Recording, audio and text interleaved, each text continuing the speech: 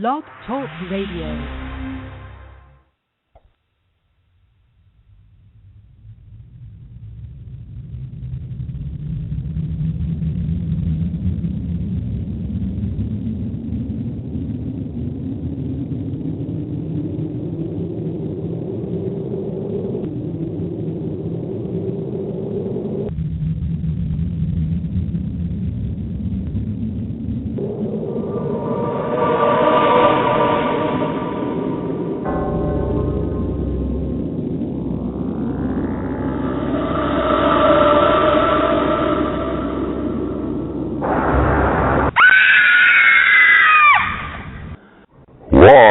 Winston-Salem, it's Sunday Night Dead.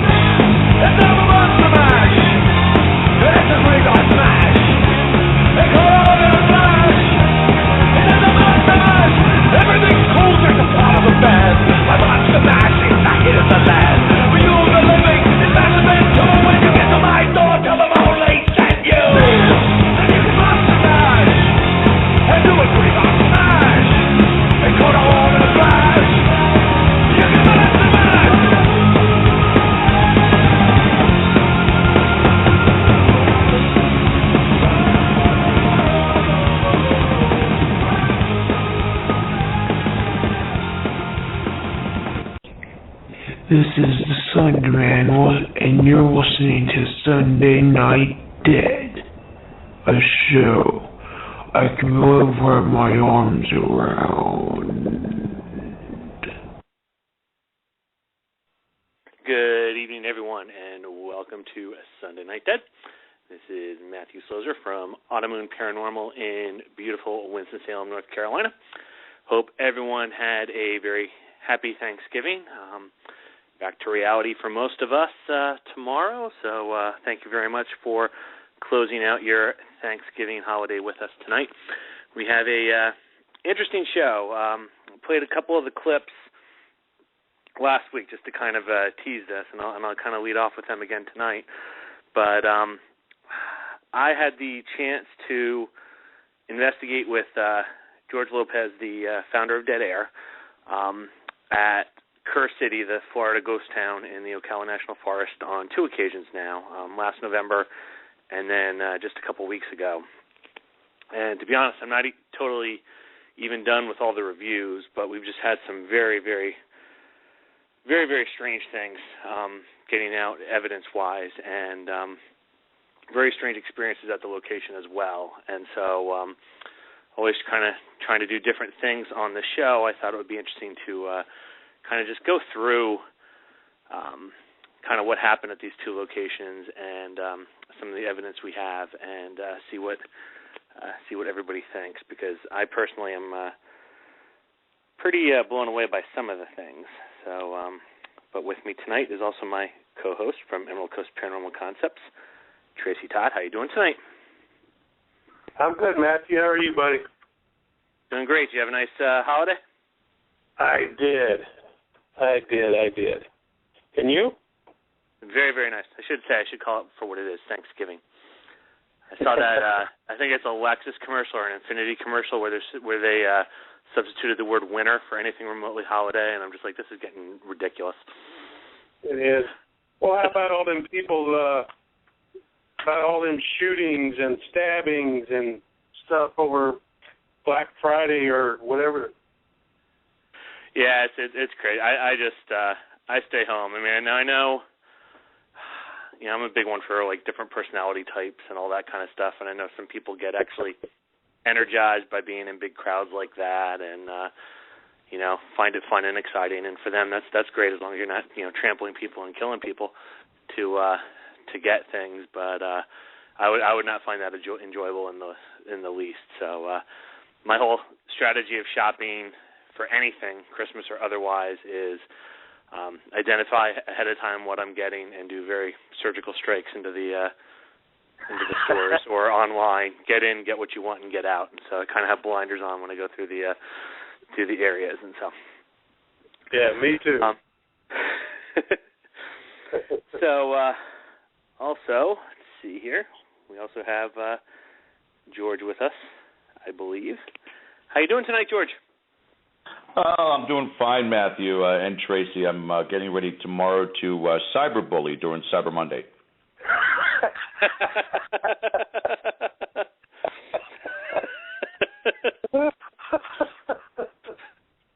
There you go. By the way, Ken Szymanski, I found out, isn't sick. He's at a twerking class tonight with his wife. Oh, really? Yes. Well, I heard Ken's a big closet Miley Cyrus fan, so that would make sense.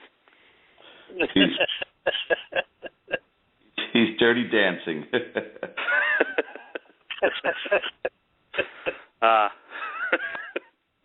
Poor Ken. So, how was your holiday? It was great. Had the folks come up from South Florida to spend the 5 wonderful days with me, and it was actually more than that because it came in on Tuesday, Wednesday, Thursday, Friday, Saturday, Sunday. But they had a great time, very relaxing. Mom cooked another amazing meal, and we were so happy to spend the holiday together. And they just left today, and took them it's usually about 4.5 hours to get to Central Florida from down south. Took them almost 7 hours to get home today because of traffic and accidents. Everybody was on the road today heading home. Oh, wow. But they made it safe. That's good. I get the unenviable task of my trip, although I didn't contact Mike because I'm basically going to be in and out in like 2 days. But my Dallas trip that got rescheduled from back in September, I got to leave for that tomorrow. So I get I don't know if how much overflow there's going to be into the Monday after the holiday, but kind of not looking forward to it because I'm sure it's going to be a little more packed and nastier than normal, but we will make it work. So I'm going to lead off with what we played last week before I really get into the whole this whole location, which again I just find absolutely amazing. And there were 3 clips I played last week. I'm going to go ahead and play them again, just as kind of a teaser here. So these are all Spirit Box clips from one of the locations within Kerr City. And Liz Taylor.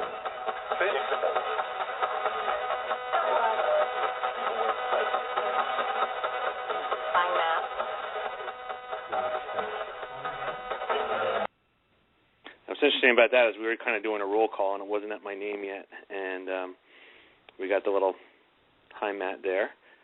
And then I got to see, this one loaded in a weird spot. So bear with me. This is a very strange one. Now let's go ahead and go right to this one.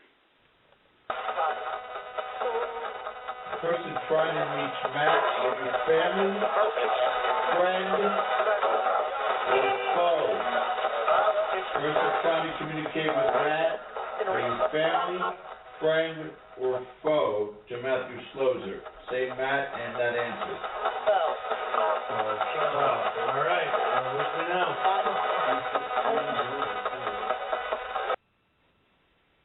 So we just had again that strange, that same female voice, which came over and over again, saying things. George asked, family, friend, or foe, and we got right away foe. So just kind of scanning here for the other ones, but let's see if I don't find it quickly. We'll just go ahead and go. So George, why don't you, because you've had much more experience here, and I'm so thankful that you gave me the opportunity to investigate with you at this location.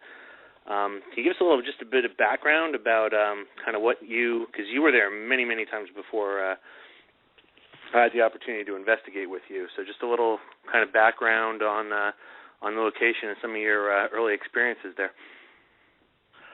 Well, this location was brought to my attention by a team member around 6 years ago or so, maybe 7, that it was deeply entrenched in the middle of the Ocala National Forest in Central Florida, a massive, massive forest, and it was listed under one of the particular websites that was, I think, it's still active today as well, for haunted locations or ghost towns. You don't hear much about ghost towns in Florida. Usually, they're pretty much mowed over for a condominium if they're more than 30 years old. So it was rare to find a precious gem in the rough, if you will, with this location. And so we had taken an opportunity to go out to this site and meet the proprietor. There was a lot of different information about the fact that the owner, who was in his 80s now, late 80s, he was in his early 80s, I think, when I first met him. So he's pushing 90 now, close to it, Matt. But Art pretty much was a very hospitable individual, took us around the property, which is about 30 acres now. It was much, much larger, Kerr City, when it was first established back in 1884. And its lifeline was very, very short, only until about 1911. The property had suffered through a horrible fire, and eventually they had a severe cold winter in 1911 to such a degree that I think people moved south, and that's how Miami Beach was invented. I think people just got out of there. It was abandoned for the most part, but there were still families who resided there, including the proprietor's family. The locations that we got a chance to investigate the first time to this time, it's always been privileged that he's given us access, has been what we consider to be a home base, Twin Oaks, which is, and again, a lot of these properties are still rentable. People use it for hunting season, fishing season. And the Twin Oaks is the location, that two-story building that we use usually for home base, because it's the only one that's got full electricity, heating during the wintertime because it does get cold, and then the post office, which is, it's very antiquated. It's really cool. The doorway to receive the mail is about 8 feet off the floor because they receive mail by horse and carriage back in the day. So it's really neat the way that it's designed. The father's house, the proprietor's father's house, which is as I always call it, it's like an eBay dream. It's got so many different antiques in there. It's a beautiful place. The cemetery, and then we expanded out to there to the shack and the barn, and the old car, the Corsair, that's out there as well. And from the get-go, Matthew, with the first group of people we went out, there was just 3 of us. We started capturing some of the most amazing evidence ever in all the different places I've had the privilege of traveling to see throughout the country.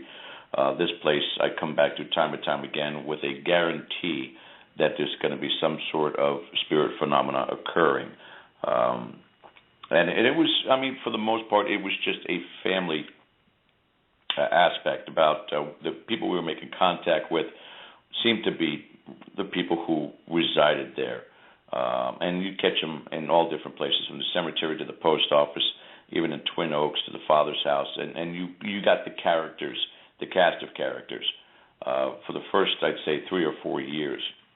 And then lately, something has changed, and we don't have an idea of what the origin is. We do not know whether or not it had to do with other teams, which we'll probably talk about tonight, if not tonight, next week, about this last trip, and again, teams that are disrespectful.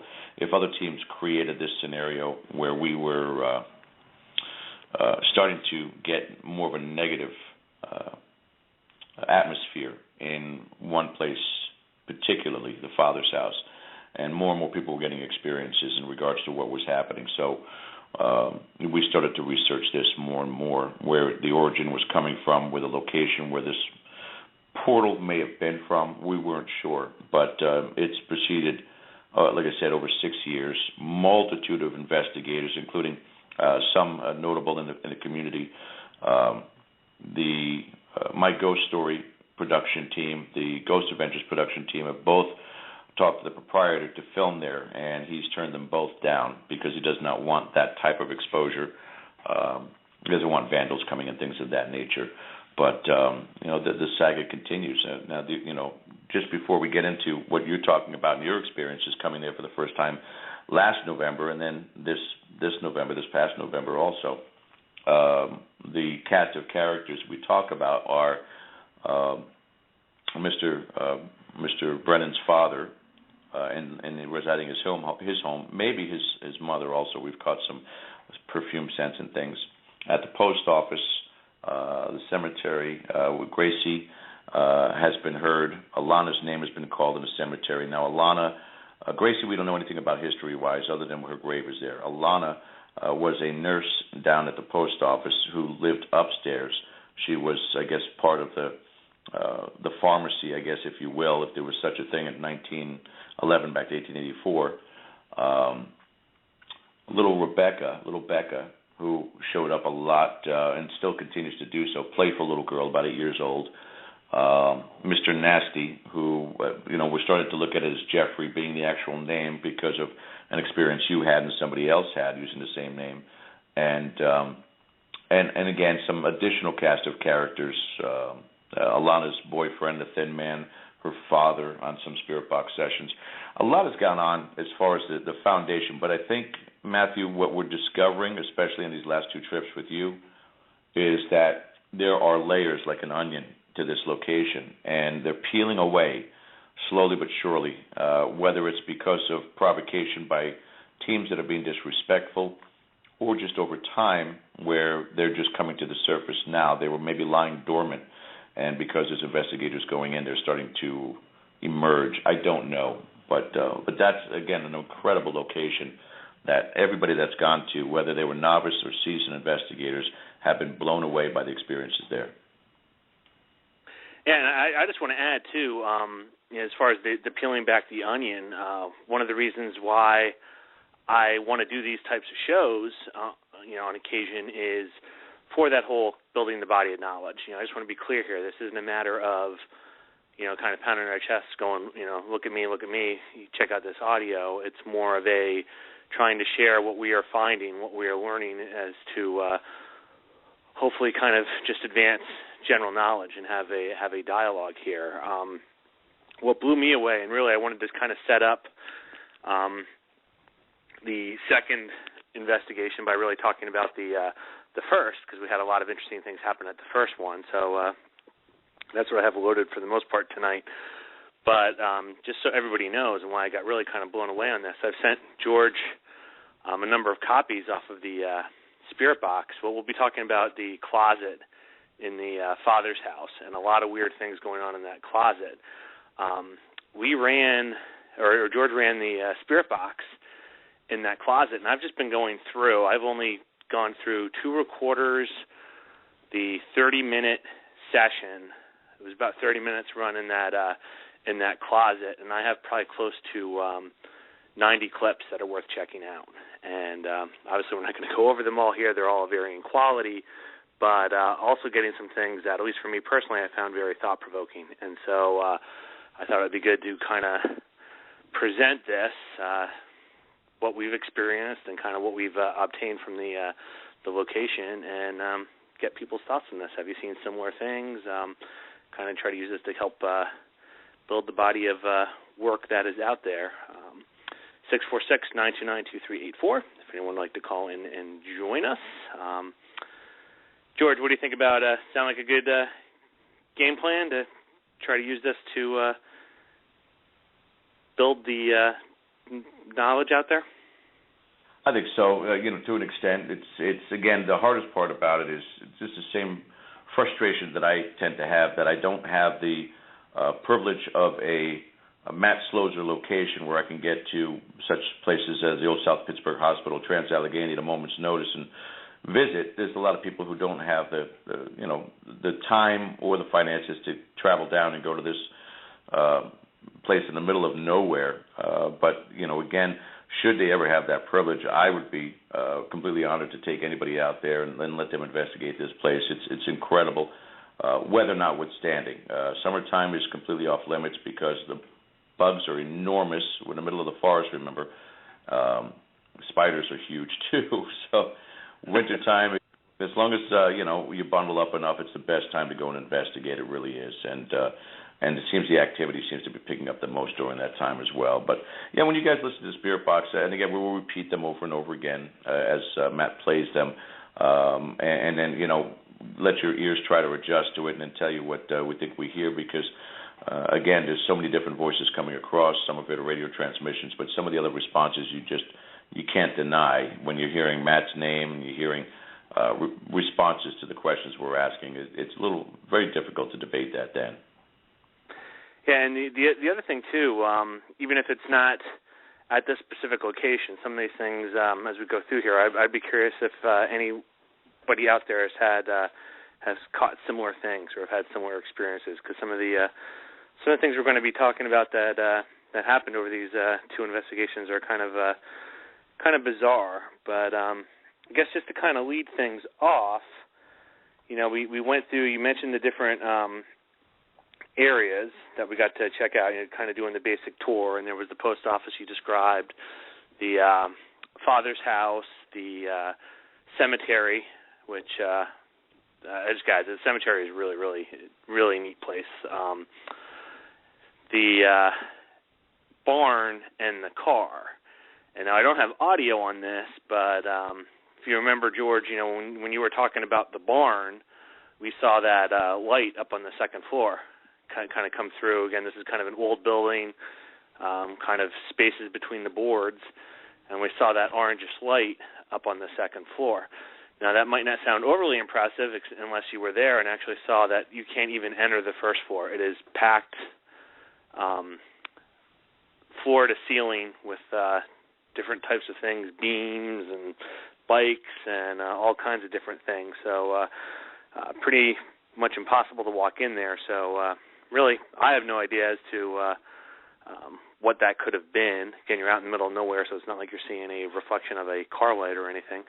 And I believe you in the past had heard people walking around up on that second floor. Is that correct? It was a group of, we did a friends and family night. It's so funny how comfortable we've gotten with this location in the years that we've been there. And this last trip with you, I think, was my 14th or 15th trip out there with different investigators, and some the same. But every once in a while, we'd had newbies who came in, or a team member would say, "Hey, my roommate or my friend wants to come along. They've never done something like this," and we'd say, "Okay, come on." We've been a little bit more trepidatious lately just because of some of the events going on there, that I don't want to bring newbies out right now until we can figure out more so what's occurring there. But the barn itself, we had a bunch of the kids of the team members, their children, come out with us. And it must have been probably about 6 or 7 of them. And we surrounded the barn, and you could just sit there and just hear over and over again the boots walking on the second floor. I mean, hard-soled boots on wood on the second floor again, which is an impossibility because half the floor is already collapsed down. There's no way that anybody could walk across up there at all. Not to mention the fact you can't get access from anywhere downstairs, as you said, Matt, because it's completely jam-packed with all kinds of junk on the bottom. I mean, this barn could never be restored. Never be restored. It's just completely falling apart. But it's got activity, that's for sure. Yeah, and I just wanted to I found that last clip for the last teaser, so just when you're saying about, being careful about who you have in these locations, and, everyone now is going to look at me like I'm a idiot because it was my wife and I on our anniversary. We were going down to Disney when we stopped by to do this investigation, so I actually brought my wife, she's been on a bunch of investigations with me now, but, not necessarily part of the team. Brought her out to this place, but she did not take part in the investigation of the father's house, where really a lot of these things are going to come out. So here's just a creepy EVP from the second investigation. This was the one I was looking for earlier on the spirit box, and I hear some people tell stories about these kind of voices and things coming through in general, but in the context of everything else that we've had happen in this location, this is pretty creepy. So I'm just going to share this before we get any further.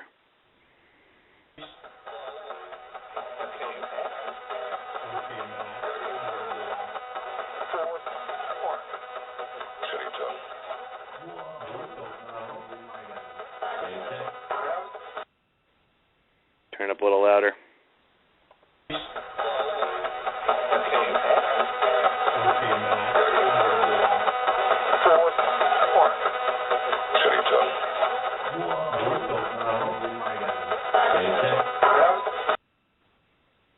I know other people have had that happen, George, but that's the first time I've had a low voice say, Satan across the spirit box.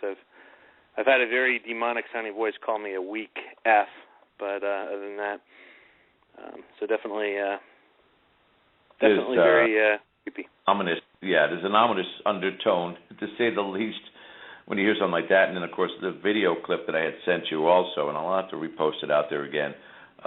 Didn't put it on our YouTube page yet with Mike Bowler, but I will for the Dead Air family. But where we heard the devil 3 times repeated, and of course everybody that was there, it was yourself, myself, Taylor, and Tyler, and we all heard that as well. It's disturbing. You can tell the difference between what's coming across that's radio transmissions, because you hear that pop, pop, pop, pop, pop, pop sound, and that's where it's changing frequencies constantly, and then just overpowering word, not unto itself overpowering, but then comes overpowering over the radio on top of that, leads you to be a little bit more skeptical that it's just happenstance. Just play that one more time, because it just blows my mind. Yeah, it's give me a second here. Sorry, I mean, you probably scrolled. I scroll, but that's all right. For some reason, that one, I labeled them all the same, but that one parked it way at the bottom of the list for some reason. Here we go.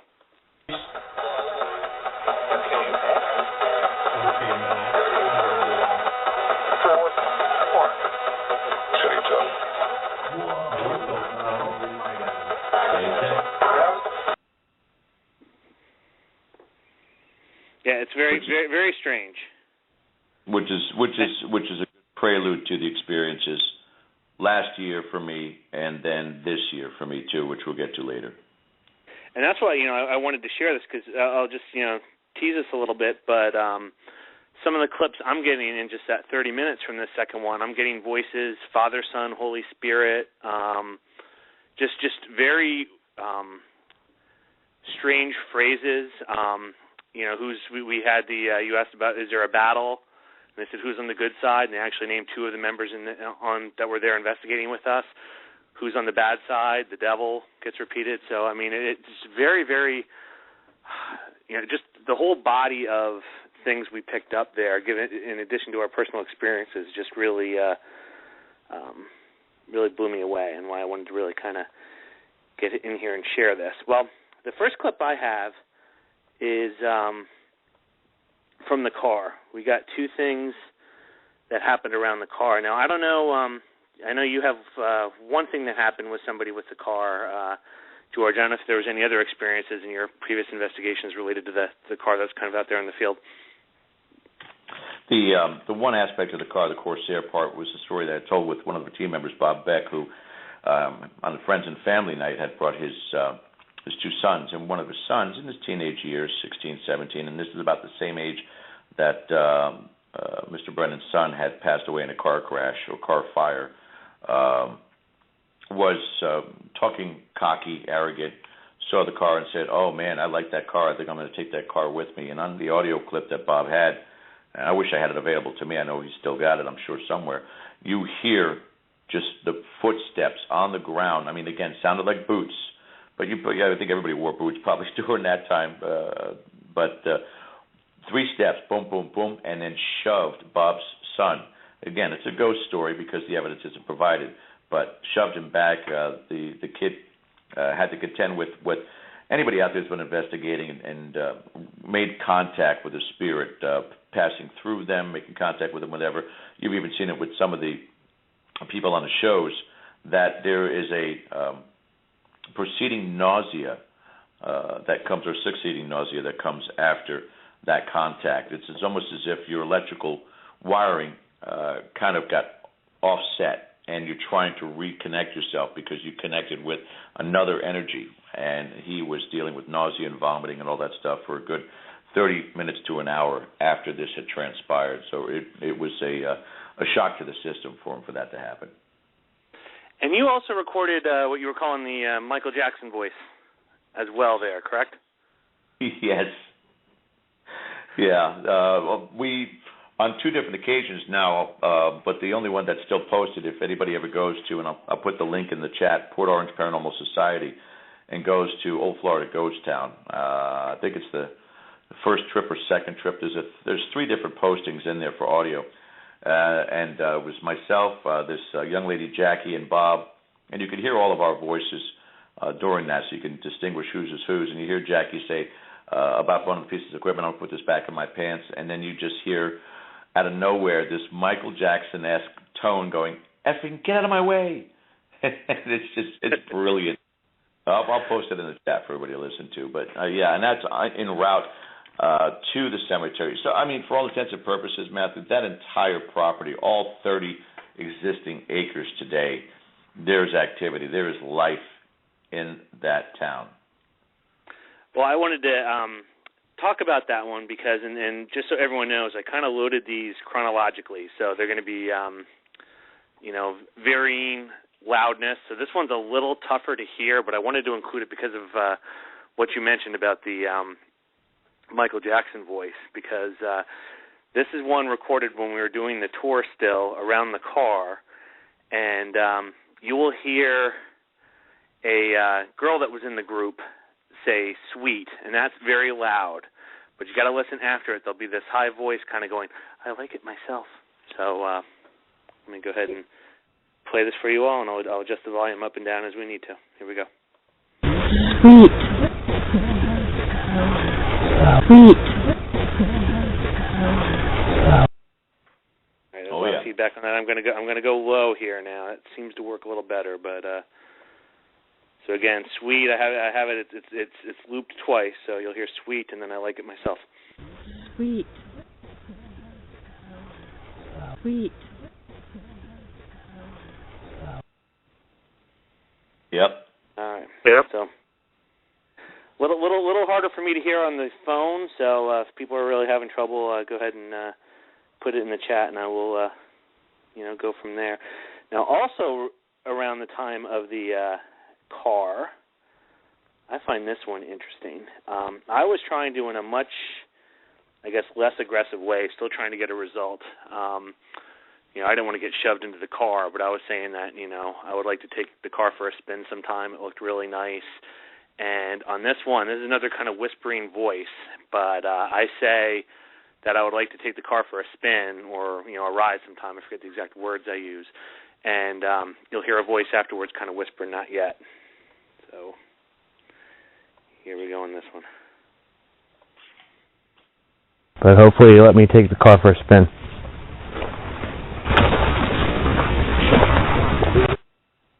Okay. I couldn't hear that at all with the Yellow. a little softer.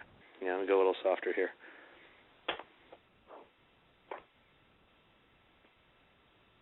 But hopefully you let me take the car for a spin.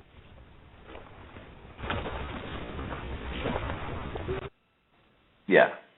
Yeah. It's a whisper, but it's like, hopefully you'll let me take the car for a spin. You get this "not yet." And I'll do it one more time. But hopefully you let me take the car for a spin.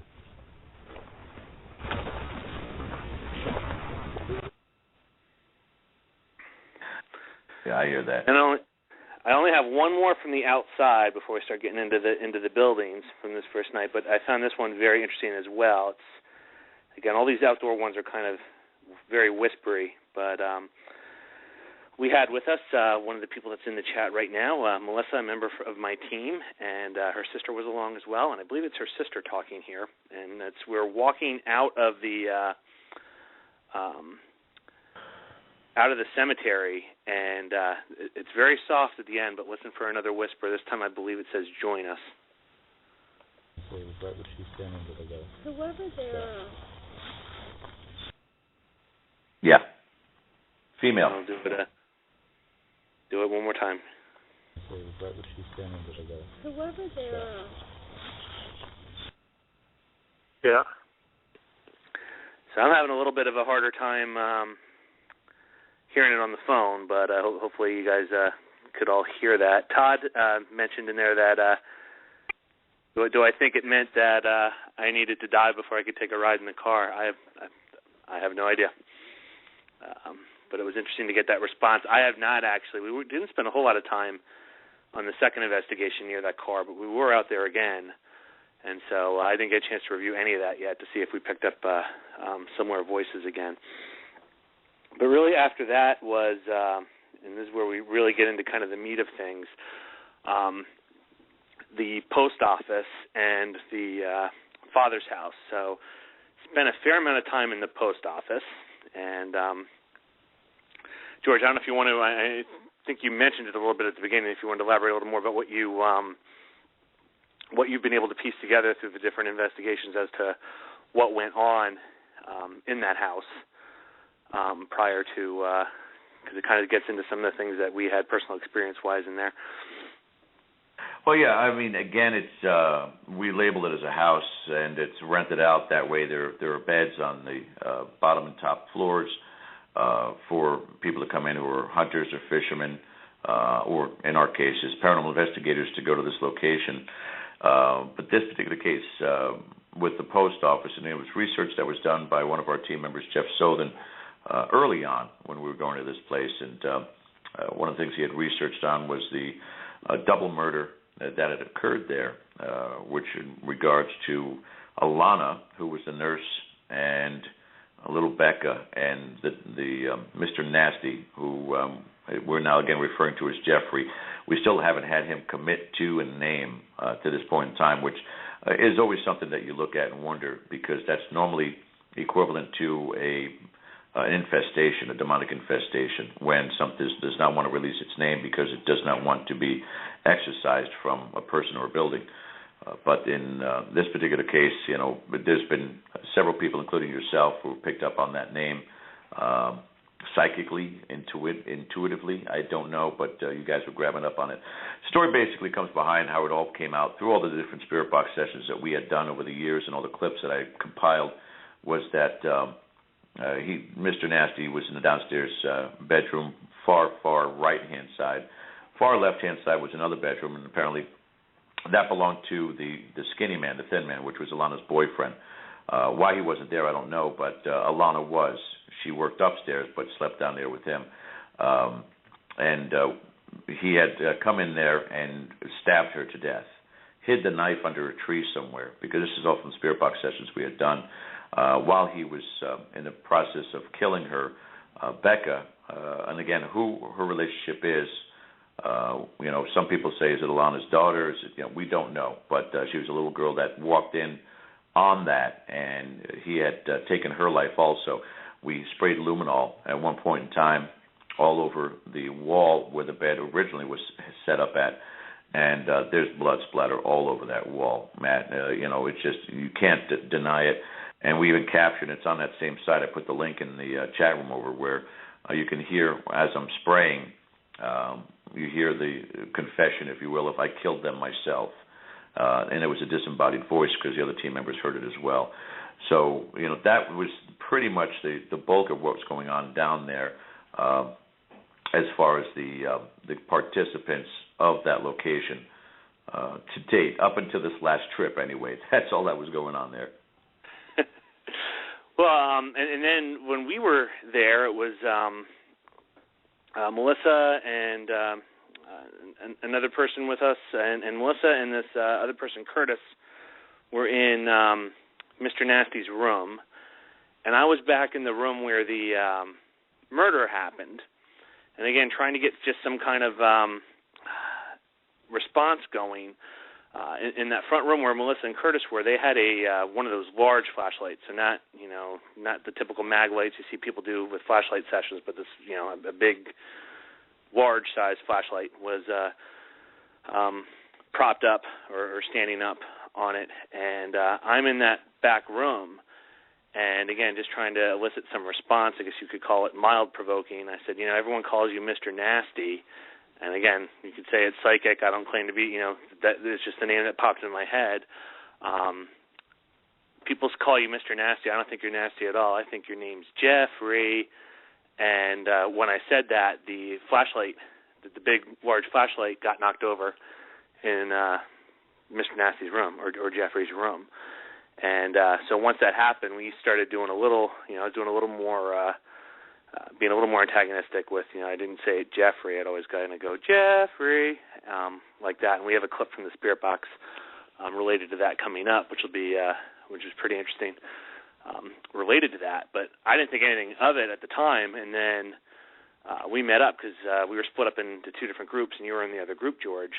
And I'd mentioned to you what happened when I said the name Jeffrey. And then you were telling me about that somebody previously, on one of the previous investigations, picked up that name in the post office as well. So just very interesting. Whether there's something to it or not, I don't know. But we also ran down there a pretty long Spirit Box session and got some pretty interesting things in doing that. I'll also add, I've posted it a couple times, so hopefully you've all seen it. I got one strange picture on both investigations. So this first investigation, again, there's no lights. You're really out in the middle of nowhere. I had my flash off in the front room of the post office, kind of the main room, almost what would be like the living room.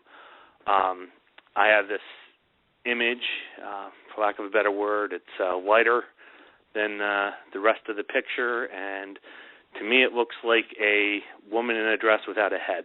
So it's interesting. I don't know in the whole case of the murder if she was decapitated or not in that, but just a very, very odd picture from there. But here's some of the interesting clips we got from the Spirit Box session. So this one's just an interesting one.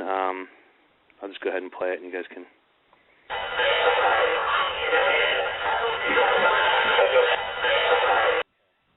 I'm going to turn it down a little bit. It's going to loop.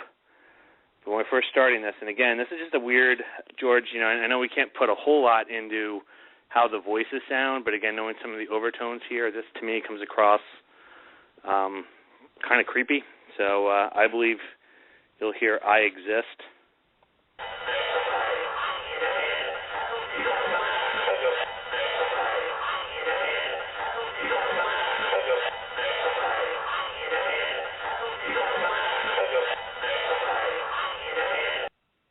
Can you guys make that out? That's creepy. Yeah. That is creepy. It's almost in a preach aspect or a seance, that kind of a thing where they're chanting it over and over. Oh, no, I looped it. No, I understand that. Even in that short loop, you could still hear this redundancy in what they're saying. You could hear it over and over again. Okay.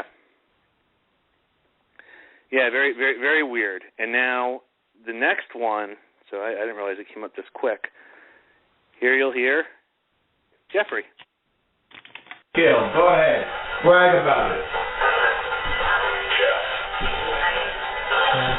Hello, Jeffrey? Now, in that one, I believe it was Bob was trying to, kind of antagonize him, saying, go ahead, brag about the murder. And you definitely hear Jeff. I think it comes across Jeff, and then there's a pause and Ree. So the Ree's kind of tailing along. I'll go ahead and play it again, see if you guys can hear it. Gil, go ahead. Brag about it.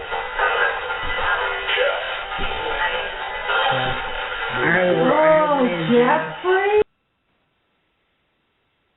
Again, I don't know, just kind of odd, again, George, that, somebody picked up Jeffrey earlier, I picked up Jeffrey, and then playing the Spirit Box, we got Jeffrey's name as well. I'm picking something up off of that as well. If you could indulge me, Matt, and this is going to take a second to understand, but go back to the Satan one, play that voice, and then go back to the Jeff one because they sound identical, I think. Okay, here we I go. hope I don't make a fool. Go ahead.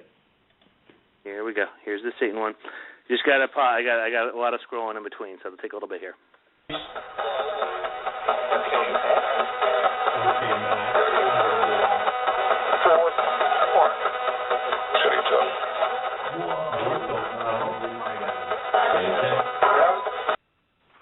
Okay. All right, and as you're scrolling up, let everybody know that was taken this past November, about 3 weeks ago, and then the other one was last year in November, 2012. Right.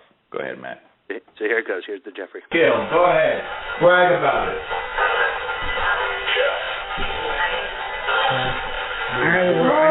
Jeffrey? I definitely hear a similarity. Yeah. Tracy, what do you think? I think that, I don't know, I think they're all pretty creepy to me. Do those two sound like a very similar voice, though? It kind of sort of did. You know, it sounded like, to me, it could just be the phone, though, but it had a little higher pitch to it, though. Something to definitely look into and analyze a little more as we kind of go through these all. But again, very odd that we got the Jeffrey voice in addition to everyone picking up that name. So all right. So moving right along here. Another interesting one here. I think this will be pretty self-explanatory, and I think this loops twice, but here we go.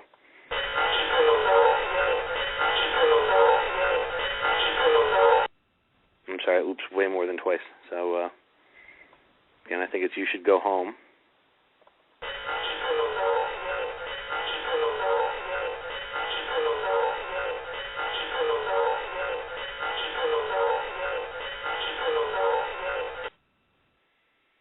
And I'll just add, George, one thing very consistent through this investigation and the one we just completed, there were an awful lot of get outs and go homes and things along those lines. So just again, very very interesting. And I believe we have a caller here. So is it 781? No, 954. Oh, okay. 781's on as just listening. Yeah, it's Jiggy. Hi, Jiggy. Hey, no, hi, George. It's Todd. Hey, Todd. Hey, Todd. How are you? I got a couple of quick questions for George, Matt, and Tracy, and everybody else that is extremely active. Number one, okay, now over the years you've got great results. What do we do with it? Where do we go with it? In my opinion, there was no doubt that there is an afterlife. All of this stuff more or less proves it. What happens now? What happens now? Well, what I'm good.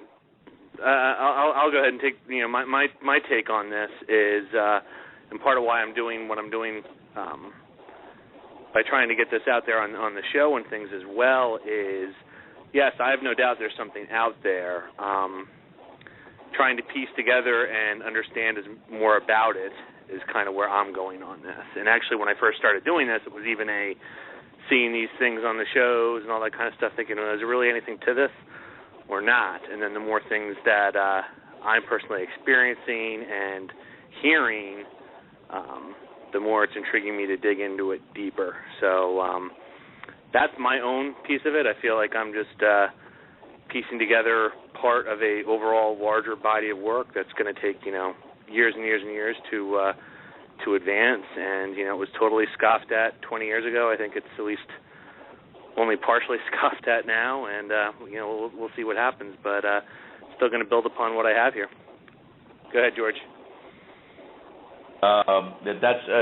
You're asking the right questions, Todd, because it's a $20,000 question. Is what do we do?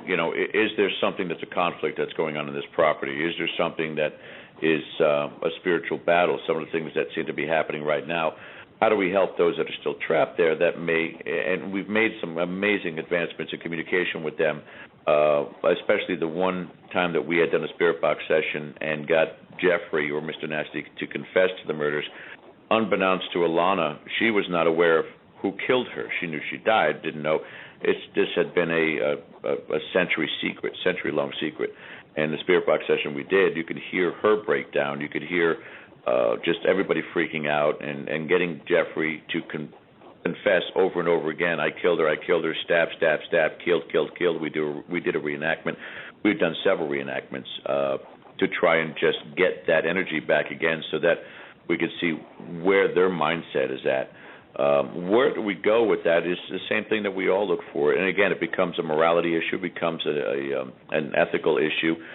Do we just pounce upon it time and time again because it's a great paranormal location and it's great evidence collection and let these people continue to suffer if in fact that's what's happening? If it's not all residual that we just happen to be picking up and we're actually getting intelligent responses, or do we do something about that? Do we bring somebody in of some sort of a religious denomination and try to help that place? That all comes down to the property owner. No different than a Rolling Hills Asylum or a Trans-Allegheny Lunatic Asylum. The property owner has to make that ultimate decision. Now, are there other teams that might decide to do it upon themselves as well and bring somebody in or bring in holy water and sage and the whole 9 yards and see what they can do to it? I wouldn't doubt it because some people just don't respect and do things on their own accord. But we would like to venture to say, as we bring evidence to this to the proprietor and let them make the decisions on it, if it's something that they feel is family related or society related to the history of that location and they want those people to be at rest, if they believe in the paranormal at all, we'd love to contribute to that. But there's, again, so much of a question is, do we even have the capability to do so? And can we be so arrogant as to say that we could help on the other side? Or is this something that just doesn't occur until after we cross over as well? But it's a hard question to answer. We've been doing this for a long time, residential cases, people that are out there across country, across the world, and nobody's making any headway as far as what do we do with what we have, whether it's Kerr City or one of the most historically haunted places in the world. It still comes down to we're still trying to figure out what the hell we're doing, much less what to do with it. Interesting. Does that answer your question? Well, yes. For that particular thing, place.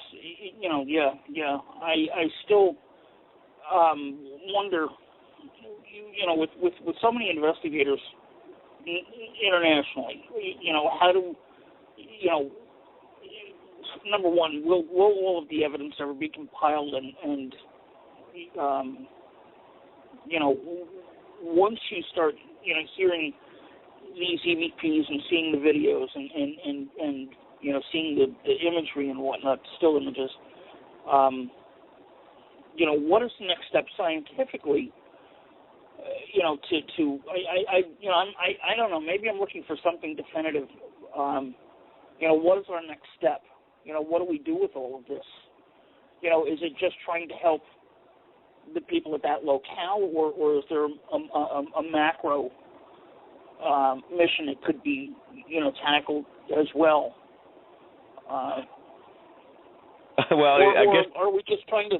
Or are we just really, in a sense, trying to satisfy our own fears / curiosities? I think it's a total of all of those. It's a sum of all of what you're talking about, because I think there are people out there that are curious, want to know what happens after we die. There are people out there who go out because they want to be scared. They want to be they want to be noticed. They want to be just belong to something. Whether it's belonging to a team, belonging to communities such as the paranormal, or belonging to someone who's passed on the other side and keeping that connection going. These are all aspects of the human nature and what happens with it. Now, as far as setting a goal, we always use the same example time and time again about the medical field. And the paranormal community is 100 to 150 years ago what medicine was, and we are still just learning how to use these instruments. We're still just learning how to use these methods, and nobody has perfected it yet. No one, not anybody on television, not anybody out in the field. But it's the redundancy. It's continuing to go out. Repetition is the mother of skill. And if you can continue to do what you're doing and get a better grasp on what you're doing with this equipment, get a better grasp on what you're doing with the communication, that you can establish a better line of connection to the other side, it could answer all of those questions for us. How do we help you? How do we help ourselves? What happens after we die? Should we be doing the things that we're doing? Again, from an ethical and moral standpoint, we have to look at all these different factors to it. But right now, it's still all guesswork. When we're getting just small pieces of the puzzle, we can't look at the big picture yet. There's nobody in the field that can claim to do so either. Maybe a psychic medium here or there who think they have the answers, but for the rest of us laymen, we just have to continue to be out there and do what we do and find out what is the direction that we can go and should go. Do you think it's time that more of the higher end science community stepped in to try to figure out a way to filter through all of the low end equipment and try to make a much easier, smoother communication? I mean, let's face it. If you can carry it, or buy it, it's even if a piece of our equipment costs $300-400, it basically is still crude. So do you think it's time that the science community stepped in and said, we've seen all of this that you've gotten, and we feel that you've got some validity. So in order for to prove this now, let's concentrate on making the filtration system where we can communicate easier or more legible. I think, get to George's on. I think the scientific community, in those that may think there's something to this, are still very far in the minority, and so I don't think we're there yet. I know, and George has on a show, a lot of individuals that are, contributing to this field from the scientific side of things, but I still think it's, we don't have critical mass there yet. That's my opinion. I don't know, George, you talk to them more than I do. What's your thoughts? We do, and there are, Todd, there are a lot of people, science-minded and educated, that are in the community right now that are contributing, trying to, whether it's equipment design theories, proving theories, going in the direction of being able to have something that's tangible and not just simple guesswork. There is a lot of people out there that are trying now. Are there people out at MIT doing this stuff too? Well, probably, but not to the degree that we look at it, where we go into haunted places. They're looking more at quantum mechanics. They're looking at the aspect of what creates energy and makes it palatable for spirits to communicate and work with us. So there's a lot that's probably being done out there. Now, here's the thing that we've discussed on the show. As a matter of fact, Mike and I had on last week, Tom Fusco and David Roundtree. We discussed about the fact if MIT is going to discuss anything, it's not going to wind up on Paranormal Review. Where it's going to wind up on is in the hands of the government, if they have some certain way of keeping that under wraps, and there will be, without question, a top secret label put on it as to what the capability is for communicating with the afterlife. It's no different than alien contact. It's still going to be controlled because it's going to have significant bearing on religion. It's going to have significant bearing on society. It's going to be something that has to be completely and carefully monitored, simply because of the fact of what its ramifications could be. Even such that the degree that when we talked to Dave Roundtree, we talked to Thomas Fusco, they were both in agreement in the fact that if they ever had some type of a scientific breakthrough in this community, that they would disappear the next day, whether voluntarily or otherwise. But if they had a way of proving of life after death or how to channel the portals to travel to another time in our history, they had that capability, that science available to them, they'd be gone in a New York minute. You'd never see them again. And I believe it 100%. Interesting, because I tend to believe that too, that there would be a lot of conflict with the powers that be because of an attempt to manipulate. But I also think that there's so many quote unquote witnesses out there that the rumors would spread quickly if something like that were to happen. Yeah, I agree. But anyway, also, George, I want to let you know, supposedly Hudson River has been sold. I spoke with the realtor last week, and I'm waiting for more verification from him. But supposedly Hudson River was sold, so it's going to be interesting to see what happens to it now. Yeah, keep me posted. So, anyway, I hope everybody had a great Thanksgiving, and thank you very much for the answers. It's interesting. It's definitely great food for thought. So, have a good night, guys. Thank you, sir. Thank you. All right. Well, time for me to reload a little bit on my beverage here and keep my voice going. So we are going to be back in about 5 minutes with the rest of the EVPs from the post office, and then some very, very bizarre things that happened in the grandfather's house. So we'll be back in about 5. Hang in there. You're listening to Sunday Night Dead.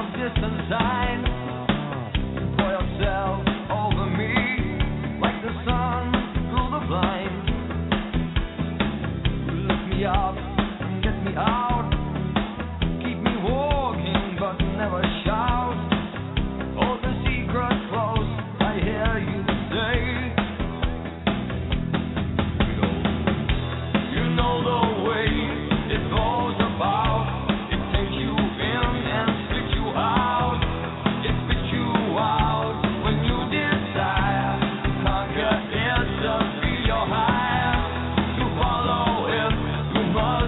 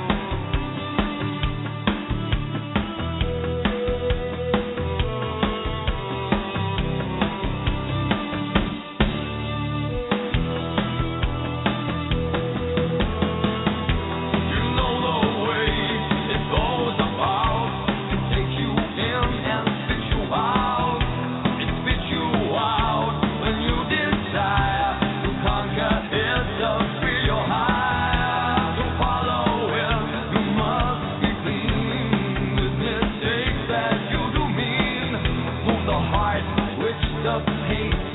Look for what seems out of place.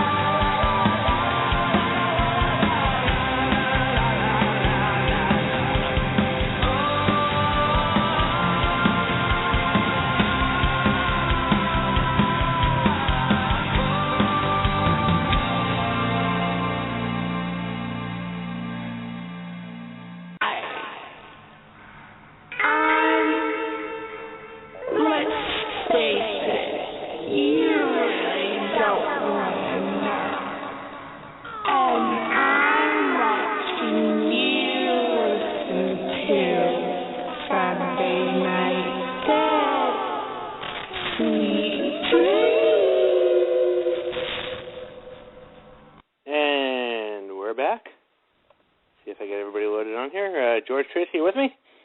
Yep. Yes, sir. All right.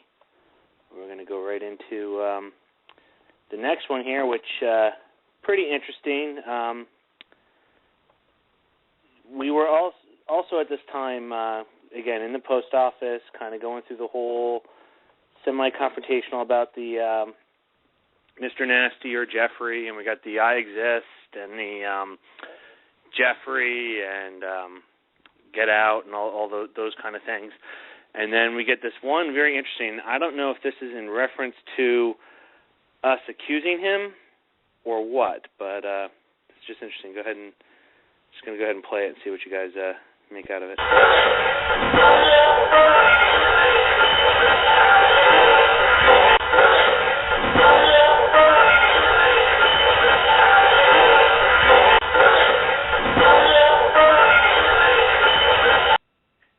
I'll do it a little bit lower.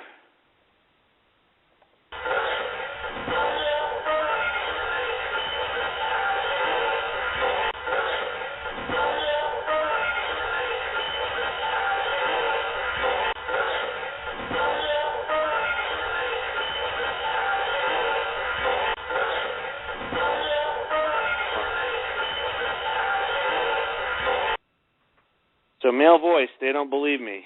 George, did you get any in the previous investigations of after he admitted this, any kind of denials or anything along those lines? No, and my first inclination to hearing that too was Jeffries. What I thought I heard, I thought it was just a slower version, but was that slowed down or was that actual speed? That's actual speed, and I thought it was They Don't Believe Me. Well, it might be that, because I thought it was a slowed-down version, so I might be completely off on that. If you could, I'm sorry, Matt, if you could play that again, because that yeah, no problem. That was creepy. No problem. Here we go.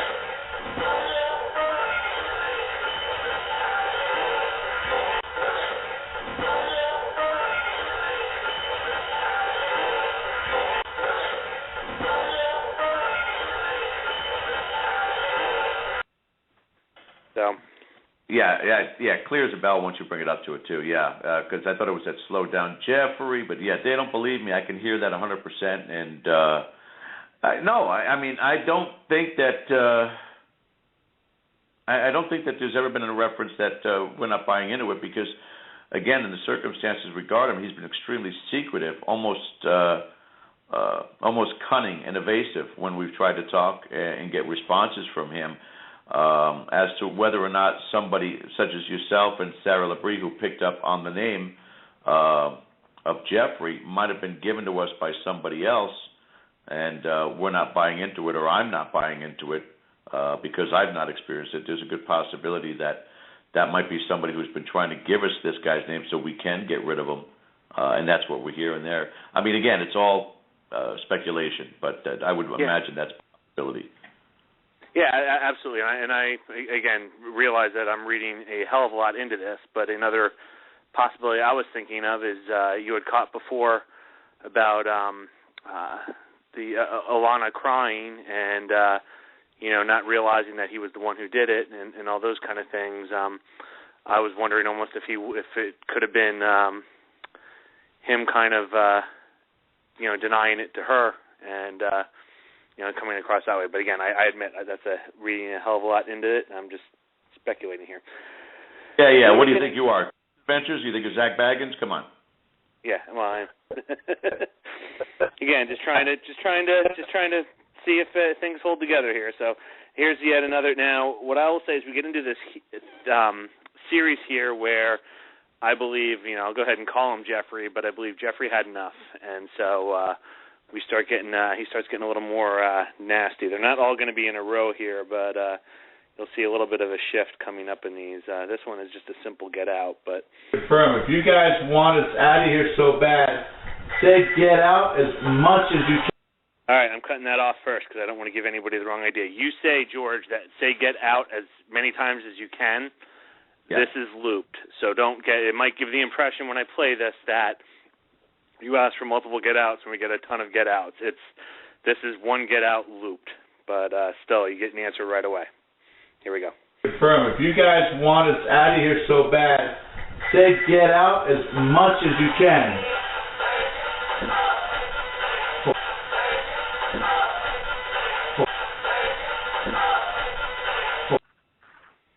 So, again, that was almost immediate after you said it. It's right there.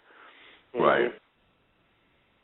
So, then starts getting annoyed here. So, this is the first of, this one's a little softer, but the first of a couple, we have a couple bad words in some of these, and this is the first one of these. So, here we go. See if you guys can pick this one up. But this one's a little harder.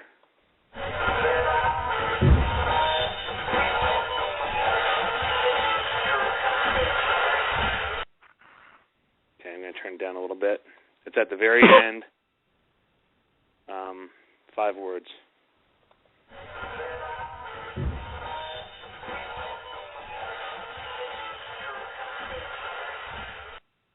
Okay, I had a hard time even hearing that. Basically, there's a get out, but it's pretty soft. But then at the end, you hopefully can hear this. There's you're a D word, referring to a male part of the anatomy. Here we go.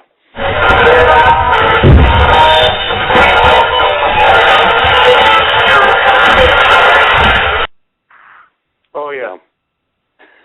It's there's a lot. There was like a lot of interference on that one, but the Eura D came through pretty clear, and then when I had the headphones on and things, there is a get out in front of that. So I was starting to get a little Was that this year or last year? That one.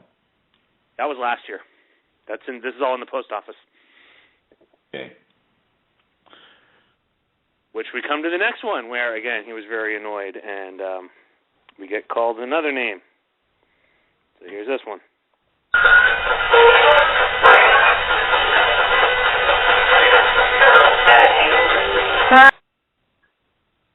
And again.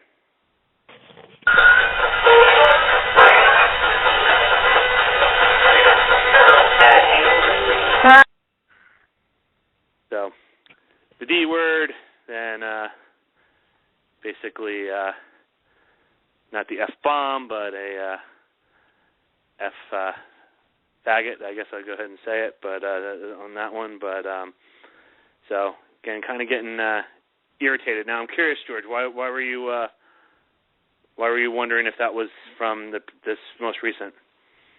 I just the way that it said "get out" was, and this was something that I've had a couple of different discussions lately with a couple of friends on the phone about some of the things that I experienced this last trip, and the term constantly comes across. And again, some of the talk I've had with John Zaffis and Adam Bly and some of the other people in the field, Legion. Why it's more than one, and that get out, that female get out, just strikes that chord to me that it's more than just one. It's like multiple voices saying get out at the same time, and that just kind of hit me to the core. Oh, okay. Well, I will say there is, again, like 90 clips in 30 minutes between two recorders. So let's just say it's 45, but still more than 1 a minute.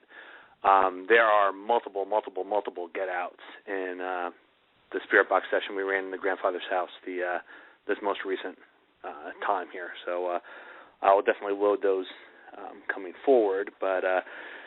This next one, and kind of inconsistent. So we're getting called names. I think this one's. I think he's starting to get a little threatening in nature. So I'll just go ahead and play it so you guys can make it out.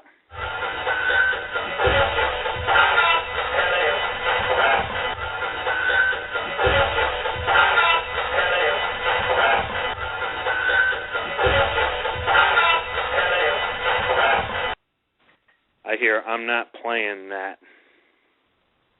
Oh, I thought it said something crap. Yeah, that's because there's so much. Because I heard, "Shut up, faggot, you a-hole," is what I heard. Oh, really? Yeah. All right. Well, I turned it down a little bit. Let's go. I'll go ahead and play it again.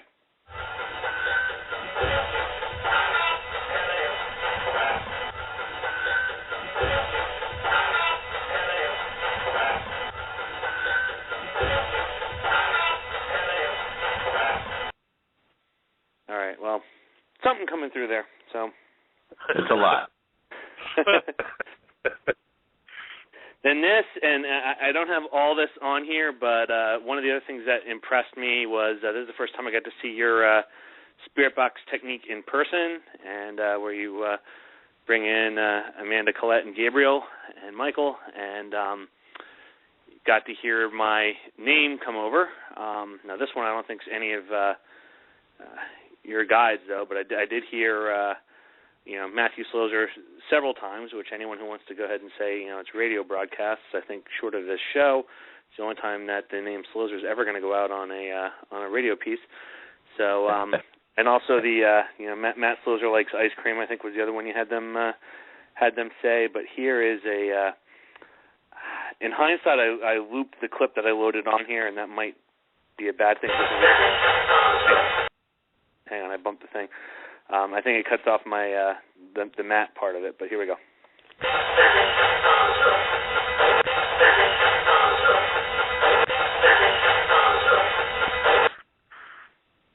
Yeah, you hear it all. Yeah, and the thing is, which is really odd in this, is my name came up a lot the second time. I played earlier the Hi Matt, and my name came up a lot to the point that I remember you, George, just basically saying, well, they want to talk to you, and that's, then I have, I'll play it later, but I have a very disturbing clip from that the second time when you say, go ahead and they want to talk to you, and I ask, why do they want to talk to me? And I get what I believe sounds like Matt Slozer possess, which obviously is a little disconcerting, but we'll load that one up and play in the future and get everybody's thoughts on that one. This I found very interesting, and I loaded the looped one as opposed to the longer version of this, but this really bothers me in that the question that I asked at the Spirit Box when we're talking to the guy was, why did he kill the little girl? And this was the response I got from it, which I thought was kind of creepy.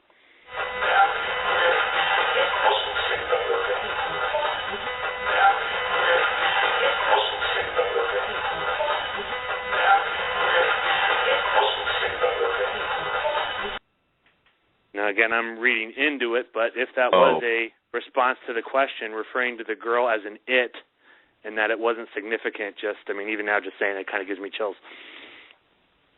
Play that, Matt, because that's across at least 10 or 12 different frequencies. Play that again.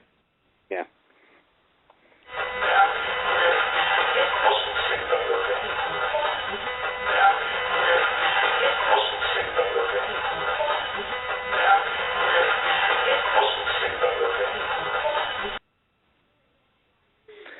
And error on my part, I actually wanted to load I had two versions of this on there, and I loaded the looping of just that phrase as opposed to the longer version where you hear me ask the question. So for the next show, I'll try to remember to go ahead and load the full one on there. But again, I just find that kind of creepy that's the how the question was answered. And yeah, I mean, it goes across multiple frequencies. That's a pretty long answer.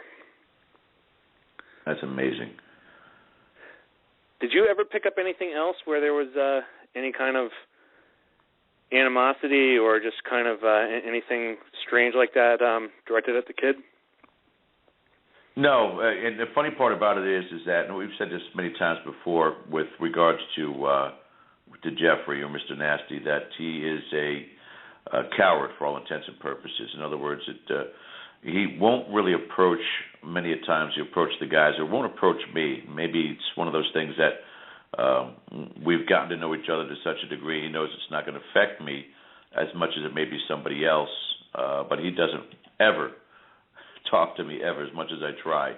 So, I've never had that kind of direct contact. It's always been secondhand. Somebody else that has come out to this location and has had an amazing experience or been scared to death by this guy, and but he keeps his distance from me for whatever reason. This is the last one I have from the post office, and again, these are just the last one of what I chose to load. I mean, again, this the one amazing thing about this location was how many clips we were getting. But this is an interesting one because this is an EVP. This is from the Spirit Box, and this is when people were upstairs, kind of working their way down. So. Curtis, anything upstairs?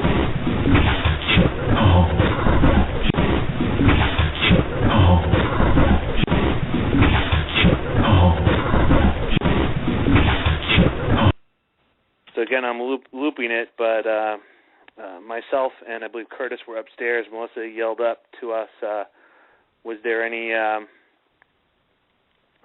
upstairs? And we got this additional voice saying, I believe it's saying no room, and it loops here. I turned it up a little bit on this one, so go ahead and play it again. Curtis, anything upstairs?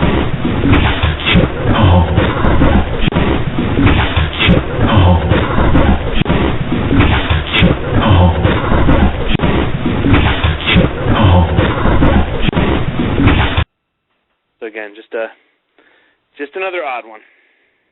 Great capture. Yeah, that was good. So that leads us, and it's good because we got enough time here to really the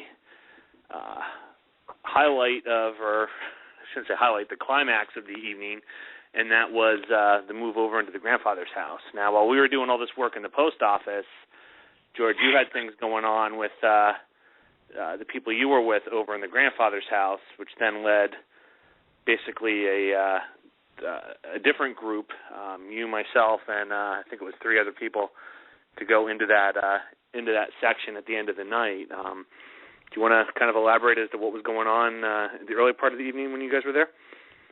Yeah, this is fast forwarding after 5 years of visiting this place near a dozen times with a bunch of different people. The one thing that we were tending to pick up on more and more, almost since its origin, but more so in the last couple of years, was the fact that this area on the second floor of the father's house, a secondary bedroom, there's the main bedroom where the proprietor's father obviously lived, and he had a day room that was in there with a rocking chair.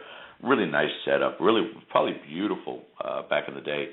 But this second room, the closet area, had this, I don't know, energy about it. It's the only way I can put it. And we had gone in there time and time again. Again, caught mostly the proprietor's father saying, "Why are there kids in my bedroom? Get out. They don't want people in there." But all of a sudden, over the last couple of trips, and other people going out there telling me that they were seeing much more malevolent visions in this building. And again, not to know whether or not it was provoked by other investigative teams that were out there being disrespectful, holding seances, whatever it may be, but it just began to emerge more and more powerfully. And we did an experiment earlier that night, November 2012, where we brought in one of my team members, Bob Beck. Well, he wasn't there this time. It was the kids that I had with me. And we did an early experiment with his daughter, and she had some very unique experiences, very distinctful. You can't just have something like this and say, it's just a rare occurrence kind of a thing. But we kept it in secret. We came back to home base, explained it to Bob, who was very upset about whatever this did, because the daughter was shaken up, without a doubt, and had some nausea experiences and things such as that. And we went back with you and with Bob, and I forget who else was with us. I think it was Rachel Jett's friend. Just the guys went there, and that's when you had your experiences also identical to what Bob's daughter experienced there as well. Yeah, and the one thing I would add, I almost included this clip just because kind of the joke I figured out is I can tell when anything catches me off guard because I always say the same thing, and that's holy shit. But when we were doing the tour, and we were in there the first time with everybody, you had asked me to go ahead and go in that closet and close the door and see if I experienced anything. And best way I can describe it, I know I've mentioned this a lot on the show, if you can picture this sound that Predator makes, that kind of clicking sound, I heard that at the back of the closet, and I'm kind of like, if I load the clip next week, I'm kind of like, hello? And then all of a sudden that clicking noise came like 2 inches away from my face. And that was it. I, gave the old holy shit, and I bailed out of that closet. What's interesting is the second time we were out there, I heard that same clicking noise on the bed next to me when we went to recreate these things. So very interesting. But best way I would describe it is there's two beds and there's a closet. There's two beds in the room, and basically you set up in a line. So somebody stands in the closet. In this case, it was George. And then I would sit on the bed and look out the window. And then I believe people would see things. I think the claim, or correct me if I'm wrong, George, that people would see things in the mirror that would have been kind of perpendicular to, or parallel to the line of the person in the closet, the person on the bed, and the window. And go ahead. Sorry. There's something related to the mirror. As far as people seeing different things, and it depends on who you speak to about it. Again, nothing ever documented or collected, so again, in the aspect of ghost stories. But, multiple times that we've done this, we've seen the shadow imps. For people, again, who don't know what imps are, just think of Shark Week on TV on Animal Planet, and the pilot fish that swim along with the sharks. Shark being a demon, and the pilot fish being the imps. They feed off fear. And these things are maybe about 2.5, 3 feet high, hairy, and just horrible grin, that ear-to-ear kind of grin. And these things are moving very, very fast, peeking out things. And we've had multiple occasions of sighting them inside this room in the deep, dark shadows. You can pick them out. For just the viewing aspect for people who've never been to this location, for the room itself, you walk into the room, turn to the left, and the closet is right adjacent to the door. So in other words, if you're walking out of the room, you could either walk out of the room door or walk into the closet. They're side by side. Now, if you're standing in the closet, you're facing into the room, and then there's one double bed and then a second double bed, and then there's a window.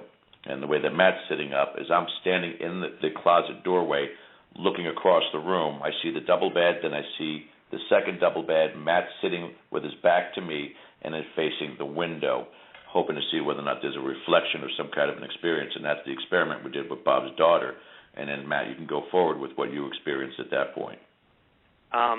Basically, I would describe it, and this was before you talked about the whole imp thing. Basically, sensation of, I'll say 2 hands on my shoulders, but almost a sharp feeling to them, almost like there would have been sharp nails or something to it. Again, on both shoulders. Chills. One of the most creepy experiences was just cold, clammy flesh, best way I can describe it, draped across my neck, almost like if somebody took a fish, an old dead fish, and kind of put it across my neck like a scarf. Then at one point, George, you asked me to kind of lean backwards.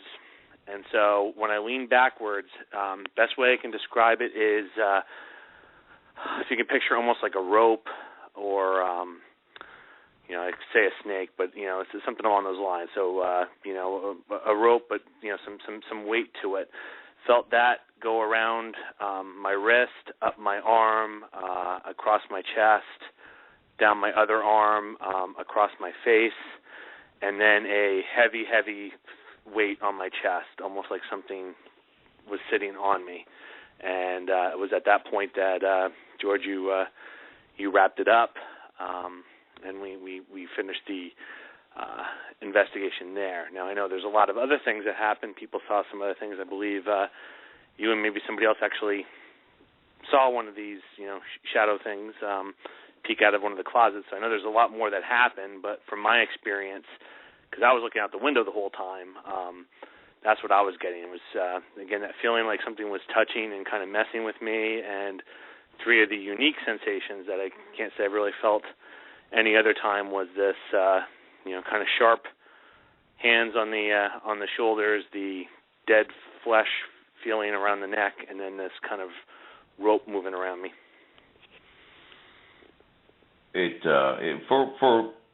For something like that, and again, this is the thing that people always talk about, and ask, why don't you continue and proceed forward when you're having these experiences? Well, it's hard because when you're doing it and you notice that people are really being reacted by it, you do not know where the threshold is before something worse could occur. And we've had circumstances where we've had females that were involved or children that were involved during these investigations, and we just don't want to take the risk. If I'm going to go out there with a team of seasoned investigators and we are ready and prepared, but we have the arsenal behind us, in other words, some sort of a clergyman that's involved with this also who can help to, alleviate any issues that we're contending with, things of that nature. But we have to be, if you're going to go into a battle, you got to make sure you have the right equipment. And, I don't think that we are yet. I think we're, breaking through, but some of the experiences, again, which we'll get to either this week or next week, that I experienced, again, took home with me in one aspect or another, again, is very, very disturbing, that the potentiality that it could linger past the point of that location and come back and follow you home. For anybody, it could be dangerous. Even for somebody who's a seasoned investigator, you got to consider the fact that anything's possible. You got to be prepared for it. Yeah, it was definitely a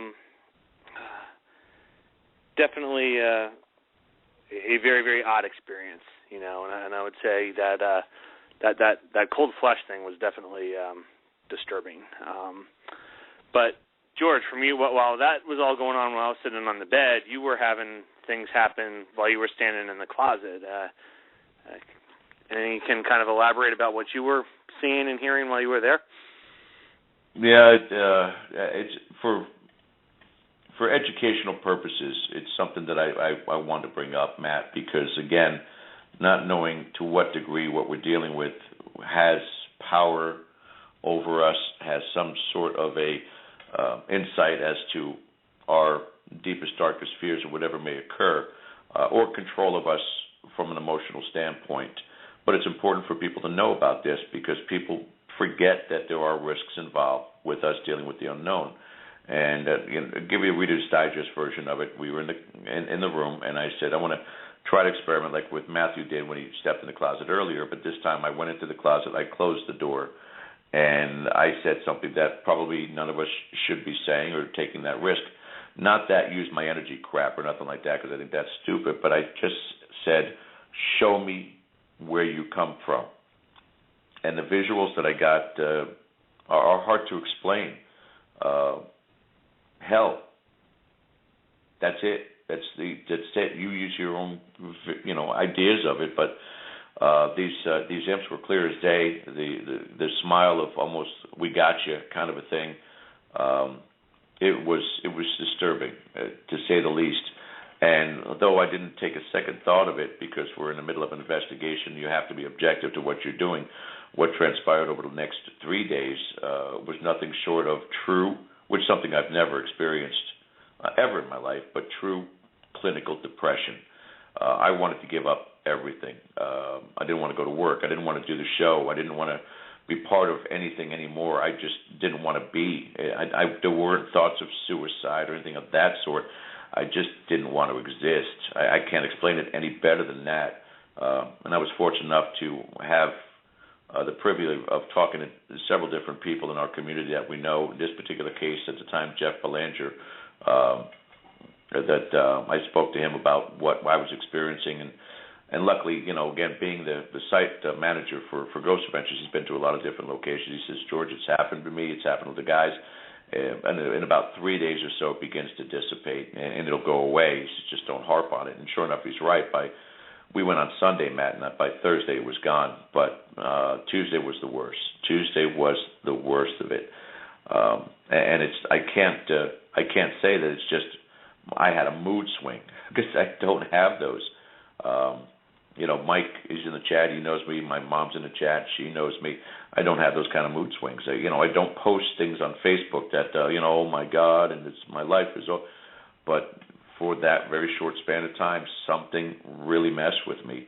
So I took it, you call it residual or otherwise, from that location. But that experience brought something to me, and I don't know what it was. And we got to be very careful in understanding. The reason why I don't mind talking about it is because people have to realize that there are risks involved with what it is that we do in this field. Now, I remember, too, and Mike in the chat probably remembers this, too, we had a conference call set up for the show on that Tuesday, and I remember we were all trying to get in touch with you, and, at least up to the point of trying to get the call, nobody was getting in touch with you. So, definitely strange. And then you, if I remember right, was it you or was it somebody else in the room that actually saw something that looked kind of like the imp kind of go around the corner of the closet or out from the hall? I forget which angle, but I remember something along those lines. Both Bob Beck and I both standing. He was standing next to the mirror and that chest of drawers, and I was standing near the entranceway into the room, and we both at the same time saw it peek out from the closet down below us, like right behind the legs of whoever was standing there at the time. We just both simultaneously went, "Whoa, you got to be effing kidding me!" And again, they were getting brave. They certainly were getting brave during that time. And you would describe it, if I remember, is it kind of like the movie Gremlins, how they looked? That's what I'm kind of picturing when you said it, but I might have that wrong. No. As a matter of fact, I found a picture. I started surfing on the web, and I found a picture, and I have it, and I'll see if I can't post it on Facebook. So if you guys are Facebook friends of mine, you can take a look at it. It's exactly what it looks like. And, again, extremely, extremely disturbing. So I'm going to see if I can find it right now, guys, so you guys can get a chance to look at it. And then I'll post my Facebook page link so you guys can friend me, and then you can take a look at it. But I'm going to look for it right now. Sounds good. Now, related to that experience, and obviously very very disturbing, and knowing some of the things that happened the second time we were there at the grandfather's house, which certainly everything still haven't gone through even half of the evidence yet, and I would say I found the second one far more disturbing than the first.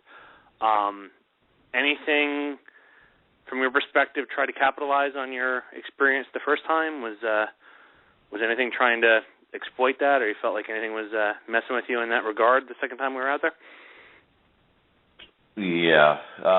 And Mel was putting in the chat room, she just didn't have that same sensation this time that she had last time with connection to Jeffrey. And I said, I think there was a different agenda that what was experienced in, of all places, the post office, which was never an attack area for us. It's always been the post office that seemed to be the father's house seemed to be the focal point for anything that was malevolent or negative.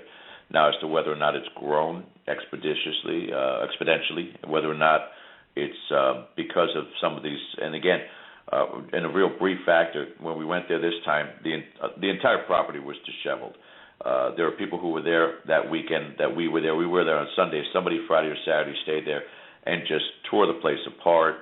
They were smoking in the father's house. There was a styro cup with cigarette butts in it. One burned through the side of the styro, could have caused a fire. All the beds were unkept, moved around. the little rocking chair area in the Father's Day room that had a vase, and a dish, and all. It was always set up. Everything was moved around, not put back. Whoever was there was disrespectful. Is there other teams that are going in there and being disrespectful in other ways and creating these rifts, these portals, whatever? I don't know. Again, it's all speculation. But this last trip at the post office, laying in the back room in the murder room, and the visions that I had gotten, we talked about it on the show a little while back there. But 3 different visions back to back, a horrible gargoyle type of image, but it was contorted. It's almost Cirque du Soleil, that its legs and back were bent over the front of where its head is. It's just really bizarre looking. The second was an Indian, a Native American, but he was laying where I was laying, or I was the Native American. The body was decomposing, collapsing in, an extra protruding jaw, jagged teeth, and then the third vision was like laying next to me, this little girl who I thought was Becca, in my mind anyway, but the eyes were sewn shut, and then it turned towards me, ripped open its eyes, and then the smile was ear to ear. And this was all internal. My eyes were closed. This was not sightings. These were visions that I was getting in my head, and not 30 seconds before, all of this popped in within 45 seconds time frame. Just before that, I was thinking about making chicken franchise when I got home, catching up on Walking Dead when I got home. I wasn't thinking anything in a malevolent nature. These 3 images back to back popped in my head, and I sat up in shock and got up out of there, got you, and stepped outside and got away from that as quickly as possible. I did not want to have a repeat of what occurred to me a year ago, coming home and dealing with those type of scenarios that I dealt with, and luckily I didn't. Now, the smile ear to ear, you mentioned that about the imps as well. Was it a similar imp smile? If you want, smile similar? You talk about it. If you click on my link that I just put in your chat room, and you see the last post, that's about as close as I can give you to what I saw in the post office, what I saw in the closet, and what we saw walking around. Okay. Hey, George? Yeah. Hey, did you say one of your visions had something to do with Indians? Mm-hmm. Yes, sir. So have you guys since you said you started investigating this place 5 years ago? 6 or 7 years ago, but yeah. Okay. Have you guys found anything related to the Seminole Indians or Creek Indians or anything of that nature? Well, the whole area had Native American heritage to it, and we've had instances of, including myself, again, the visions and the sightings even out in the middle of the big, huge area of the grounds, like between the houses and the barn. It's a massive, massive open area of Native American running up, that kind of a vision, almost threatening in a side of a way, like a charge, an Indian charge, if you will. I think, again, from the aspect of what have we as far as documentation done, nothing that we've looked back on to put behind it. We've never had anything that we've looked at while we've done the investigations that related to Native American until this time. That was this pronounced. But if you got some free research time on your hands, Tracy, knock yourself out. All right. Thanks. One in the chat room. Oh, go ahead, sir. Go to the page. You take a look at it. Yeah, it's. I would say it almost has a, but in a much more sinister way, almost a kind of like the Cheshire Cat look to it. I mean, there's almost a feline look to it. Yeah. To me. And again, that's the closest. You have the ear-to-ear grin, and the sinister eyes. That's the best that I could find out there that looks like this. Wow. I did want to add, I did have one more clip here, and I think this is just interesting because you will hear, I believe it is you talking about the actual imps, about the saying about it was about this high or 3 feet high, or you'll hear some clip to that at the end. But what's interesting is another voice comes through at the end of it as well. So I'm just going to go ahead and play it, see if you can hear the voice, and then I'll tell you what I think it's. I'm going to play it twice, kind of low volume and high volume, see if you guys can pick it up. This friggin' high.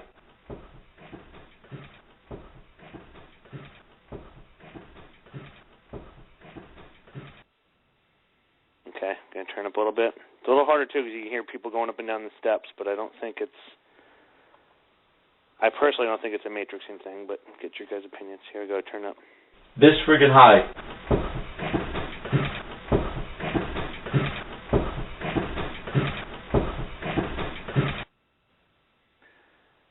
I'm hearing It's Not Fair. I don't know if you guys could pick that up, or do you think I'm matrixing footsteps? Play it. I know, Sorry? Tracy, what do you think? Yeah, play it again, Matt. Yep. It loops. I'm almost hearing like It's Not Fair, but I'm not sure. It could be picking up, matrixing something out of the footsteps going down the stairs. Here we go. This friggin' high.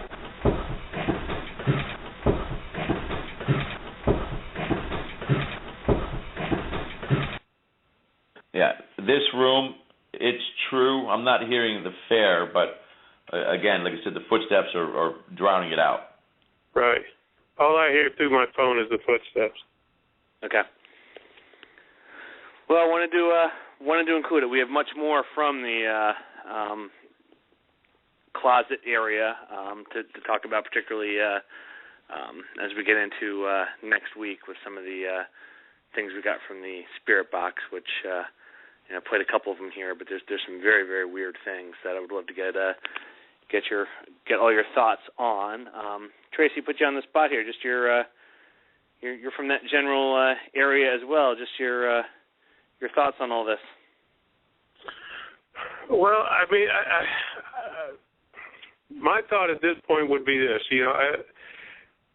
and I don't know, just because the situation that George ran into and the way he ended up feeling that one time,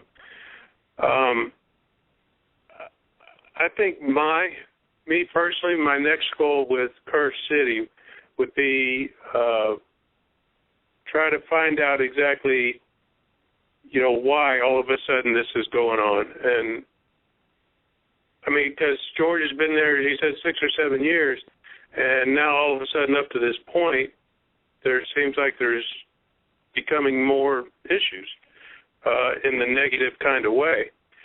So, I don't know, I'd kind of be curious to find out why that is. The other piece here, and I want to get your opinion on this, George, because I know you'd mentioned when we first got set up in that arrangement with you in the closet, me sitting looking out the window, where you mentioned that, don't fall for the deception. I felt like, and it only got reinforced as I went back and started to listen to this audio, that on this second investigation, it was something there was absolutely trying to mess with me, and that I felt like, at least in the grandfather's house, in that room, I felt like I was a bit of a target in that room. To be honest, I was doing it in my head, but I was praying almost the entire time I was in there, because I felt very vulnerable is the best word I can say. I don't know if it was, just psychological, knowing what happened to you ahead of time, or if something was really messing with me, but I definitely felt on the defensive in that room. Hey, tell them, very briefly with the time we have, too, your fears of me, our first time stepping into the upstairs room again. You had expectations of me doing something, remember? Yes, I forgot to have. This is very, very odd, and again, it goes into that whole kind of vision thing, but when we did the tour...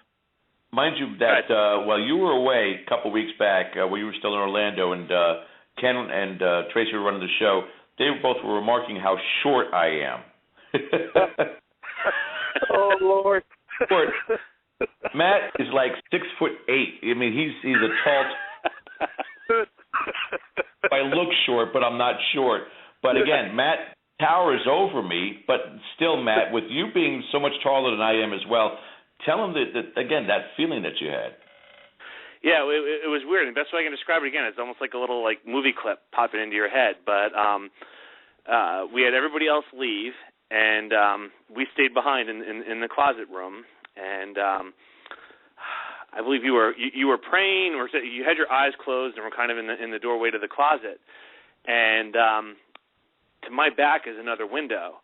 Well, all of a sudden, through this best way I can describe it is a vision, kind of popped into my head of you opening your eyes, looking up, having this horrible look on your face, and just jumping at my throat, just jumping at me.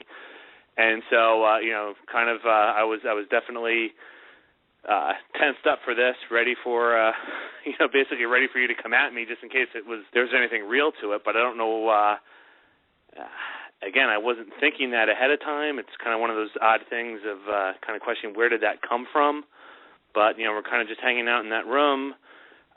You were kind of doing your thing at the front of that closet, and I just kind of got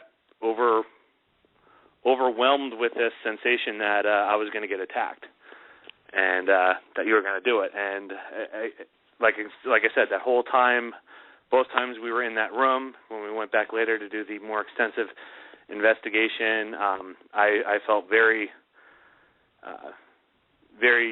on the defensive there, like something was definitely kind of on the attack with me. Yeah. Tracy, I'd love for you to come down sometime. There's something wicked in this location that knows how to play on their psyche, knows how to tap into your thoughts and mess with you. It's the only way that I could put it. It's not like the TV shows or some of the things on YouTube where everybody's getting pushed and scratched and all this other kind of stuff. This is a psychological onslaught that, again, in all these other different places I've been to, from Bobby Mackey's basement to Trans-Allegheny to Rolling Hills, I've never had anything like this in my experiences. Well, Susan and I, the wife, we were just talking about that, and we're going to see, probably after hunting season. Maybe we'll hook up with you and maybe set up a trip. Sounds good. Maybe we can get Mike Bowler to come along, and we'll leave him in the father's house all alone.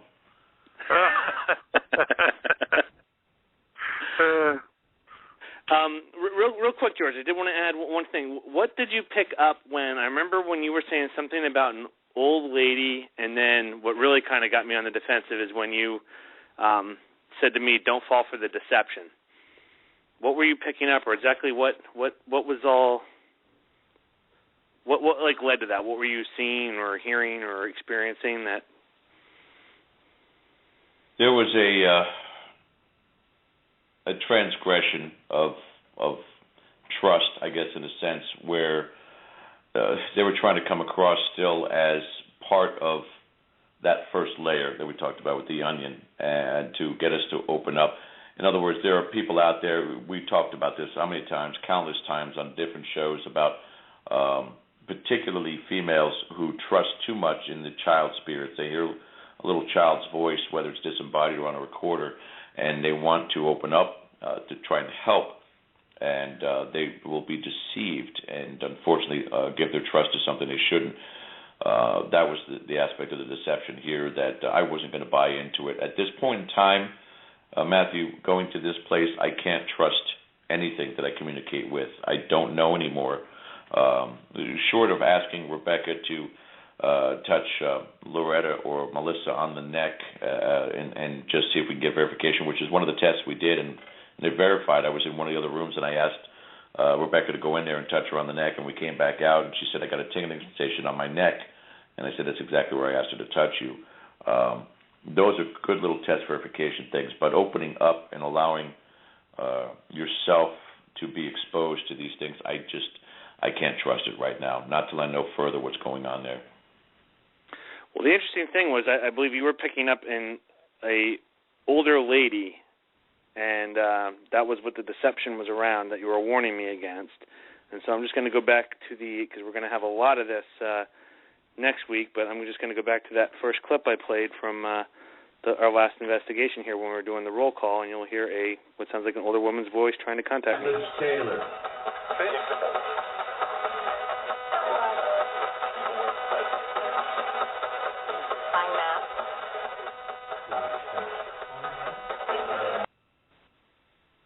Yeah. So again, coincidental or not, who knows? But it's just when those things kind of piece together, and you had mentioned the older woman and to watch out long before we were at that point in the spirit box session. So very interesting. I hope everyone enjoyed kind of our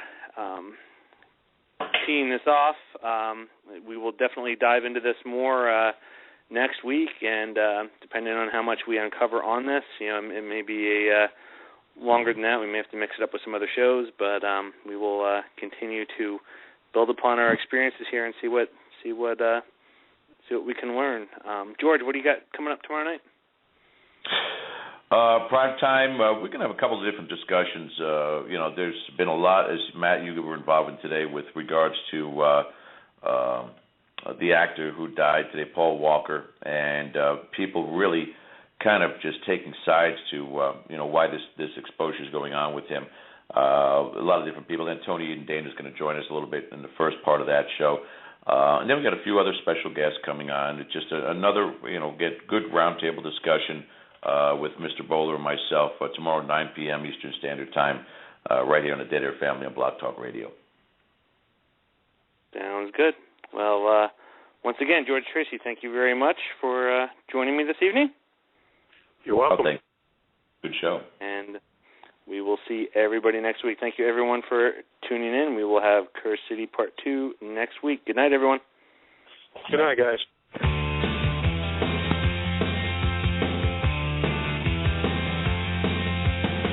Under the October with a steamboat, ancient goblins and wallows come at the grand line making a sound. The smell of death is all around, and at night when the cold wind blows, no one cares, nobody knows.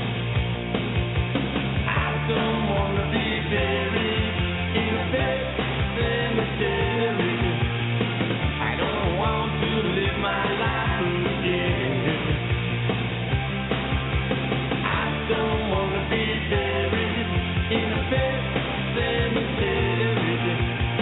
I don't want to live my life again. Fall addicted to the sacred place. This ain't a dream, I can't escape. Molars and fangs are picking up bones. Spirits moaning among the tombstones. And at night when the moon is bright, someone cries something ain't right. I don't wanna be buried in a pet cemetery. I don't want to live my life again. I don't wanna be buried in a pet cemetery. I don't want to live my life again.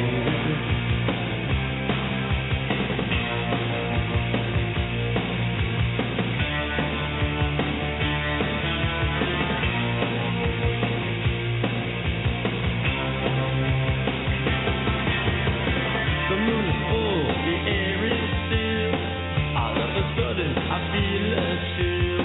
Victor is grinning, flesh is riding away. Skeleton dance, I curse these days. And at night when the wolves cry out, listen close and you can hear me shout.